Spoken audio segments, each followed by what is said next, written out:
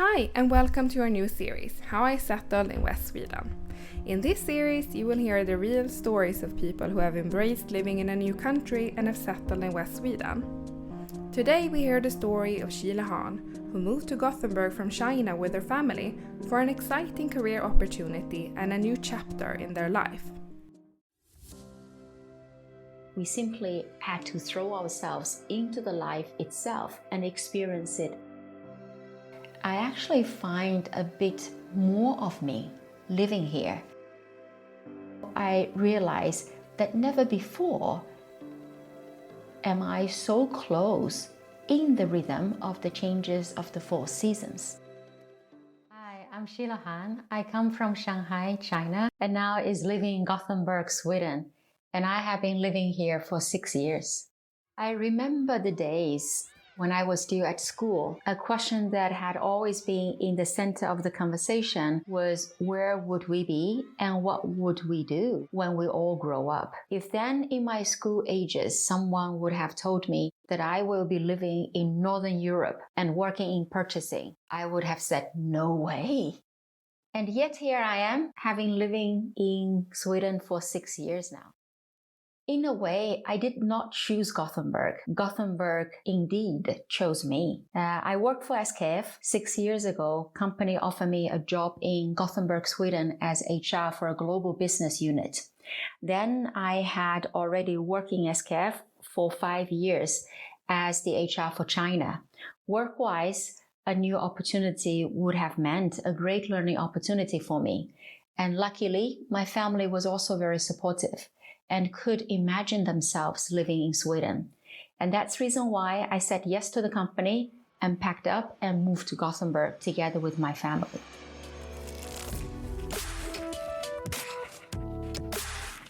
Since I have a job and company assisted me with the relocation, if we talk about the logistics side of the settling in Gothenburg, it was actually quite smooth. Of course, we went through the steps of finding an apartment to live, deciding on which school to go to, opening the bank account, and waiting patiently for the ID, and most importantly, the mobile bank ID. Though it did take a bit of time, at the end, all came as expected. So talking about the challenges in settling in, it would be as an individual to settle in the society. Because different from settling in logistics side, we didn't know what to expect and there was no instructions or steps to follow. We simply had to throw ourselves into the life itself and experience it each and every day. I remember the first surprise came from the school. It was already in the first week. My 14-year-old son came back home and asked me, Mom, why is it okay that the students are not listening in the class and then they're not sitting even in the proper way? They were not answering the questions from the teachers and not finish their homework. Of course, I was not able to answer this question. This question was a surprise to me because I was not aware of what a class would look like in Sweden. Compared with our earlier experience in Shanghai, I remember it was continuously for a couple of weeks that my son came back home with those observations and also questions on why I was not able continuously to answer those questions. I could only listen. At the same time, I was not worried or concerned as I had a question to my son that now that you know the situation changes, the pressure from the teacher, the school, that you must do this or you must do that is no longer there. Are you ready to make your own decision on why and how you would like to spend your time at school? Until this day, I am very proud of how my son went through this change process, and I'm deeply grateful for the swimming team that my son spent the majority of his after-school time with, because it was with the swimming team that gave him not only the friendship, but also a lot of strength and energy to encourage him to refocus and also find his own anchor and also aspiration. And if I talk about my own challenges, I even laugh at myself because I made some quite stupid decisions along the way. Because we lived in the city center, I chose to bike to work because it's very easy. Rain or shine, I tried to bike, and also I enjoyed it tremendously. So in the first winter, I remember when I biked, I have a very good colleague at work. He looked at my bike and then he was deeply concerned. He advised me to change to winter deck in Swedish, which is winter tie. I have only heard about winter tie for the car, but I never heard about winter tie for the bike. And my friend was so concerned. He even bought me the winter tie, but I never took it as an urgent call to take action. So the winter tie was just lying there. Alone, and I continue with my normal bike, every day to work. Until one day, of course, I slipped and broke my arm. Now I learned my lesson through the hard way. Now every winter, before the first snow, I would have already made my bike ready with the winter tie. So I would say settling down is an unknown journey, but interesting, and also has up and downs that, we just have to experience ourselves.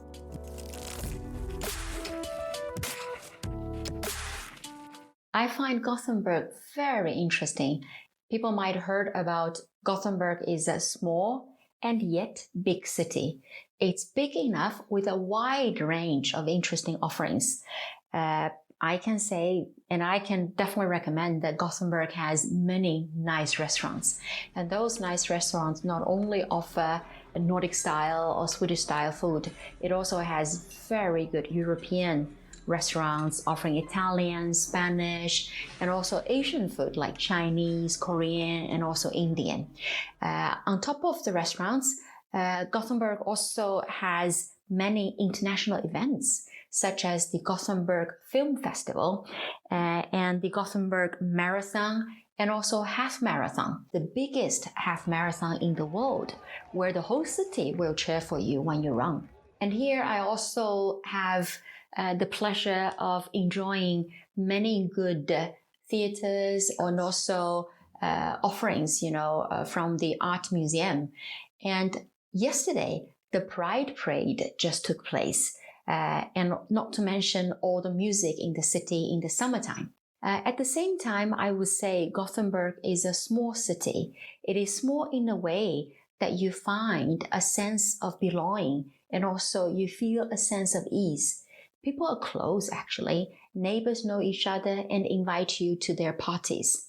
It takes only about 30 minutes for me to get to the airport, and then you would have a quick getaway to Europe and also all parts of the world. Since next week would be midsummer, I remember the first midsummer party that I joined. By the way, midsummer is the biggest time for Sweden. I remember the first midsummer party that I joined. It was so much fun. It is the first time that I am in a party where people not only make their own food, but also brew their own beer. And very nice beer. And at that party, my husband cooked Chinese food to a gang of 30 people, the biggest Chinese food, and also to the biggest party he ever did.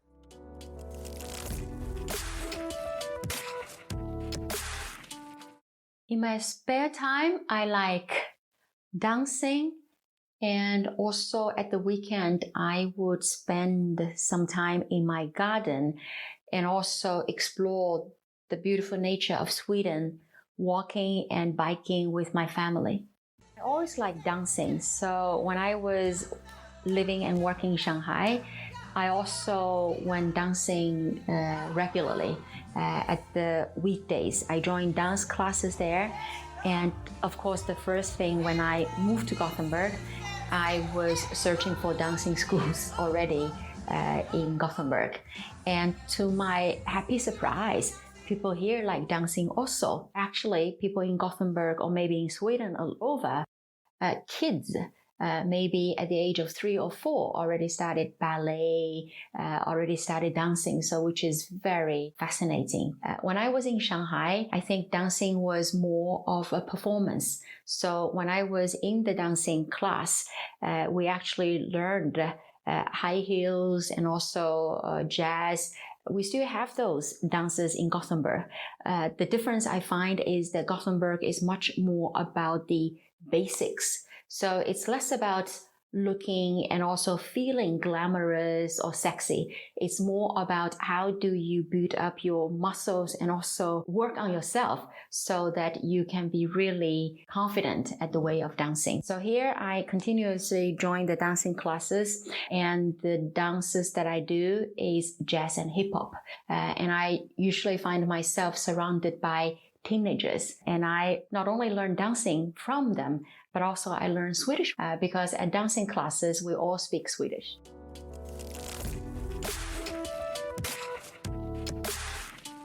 At the weekend, what matters to me most, of course, is the family, because work days is work and also other little things that we can do. So that's the reason why at the weekend, we usually would take one day, if the weather permits, really explore the beautiful nature of Sweden by walking or bicycling together. And luckily, Sweden has so much to offer. It's not only a country with 65% coverage of the green. It's not only mountains, but it's ocean, it's lake, and there are so many hidden jewels that you will be able to find in Sweden. I remember the first week when I came to Sweden, I already got beckoned in by a colleague of mine. He was so kind to me. Through his hands, I discovered a paper with his handwritten of the well worth visiting islands with his personal recommendation on it. He even had a list of restaurants that I can find out of those islands that I can visit. Till this day, I'm still following his guidance, and I am visiting the interesting places also through reading books about Gothenburg or west region of Sweden. And at the weekend, my husband and I would randomly pick a page because we want to be surprised. And every time it's always a happy surprise. It doesn't matter where we go. It's always something new for us to discover.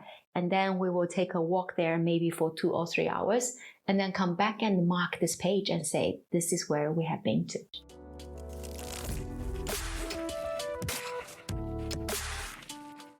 I like Gothenburg and I like the lifestyle. At the same time, it's not only about the lifestyle. Gothenburg has a lot to offer. The nature, the excitement, the job opportunities, the development. I think the reason why I like Gothenburg is also because I actually find a bit more of me living here. Because here I actually find the opportunity to spend much more time with myself. I could have done that in Shanghai too, but it would last maybe only for an hour or so. Then I definitely would have the urge to call my friends out. I also find that living in Gothenburg, I actually discovered new talents of myself. When we were in Shanghai, almost every service can be bought. From the fixing the car, to cleaning of the house, fixing the air conditioning if it's not working, or cooking if you don't want to make the food yourself, laundry, you name it. There is always someone who is more than ready to provide a service to you. But here, in Gothenburg, it's all DIY. So my husband and I actually have learned a lot of, might be small, but very necessary skills, such as painting, fixing the water pipes. And most surprising to me is that I actually found myself having a passion for gardening, which was never obvious to me during my years of living in the city center of Shanghai. Now I do all the gardening myself, and also I realize that never before am I so close in the rhythm of the changes of the 4 seasons.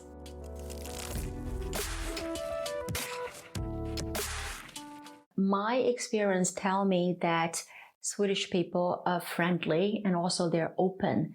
While they might seem that they want to take a little bit distance from you, they might not invite you to lunch or to gatherings. And that's only because they thought or they respect that's your personal decision to be alone. Once I found out that the reason why they don't approach me actively because they thought it was my personal decision to be alone, I just gave them the signal that I want to be included, that I want to go to lunch together with them, that I want to be a part of them, whatever discussion. And then I always find inviting people around. You have heard about us being invited to Midsummer, having party with 30 people.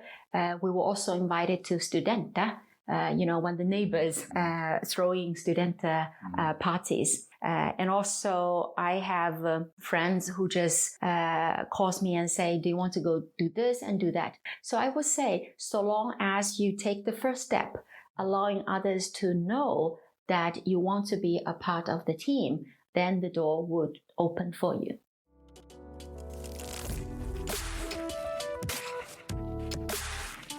The city of Gothenburg aims to have net zero emission by 2030. I'm very proud living in a city that has such a commitment. And also I'm very proud of working for a company called SKF because as an employer, we also have a decarbonization goal by 2030. Gothenburg has a lot to offer. In addition to the nature, the job opportunities, it also offers you friendship, development, and an opportunity to get to know yourself better. Just come and experience Gothenburg. Thanks for listening to my story. In the next episode, you will hear the story of Chris O'Reilly, who is a handball commentator and director of the Gothenburg Fringe Festival. You can't just expect to settle in without giving something. You really have to be willing to put in the effort. But if you do put in that effort, I think you're richly rewarded when it comes to the society and the people you'll get to meet and be friends with. Sport in that sense, I think, is really good for helping you to settle in and meet people who have a common passion. The people and the culture here are, when it comes to a Scandinavian context, very, very social, which is great. If you like this podcast, please do tell your friends and family about it, do subscribe and leave a nice review wherever you listen to your podcasts.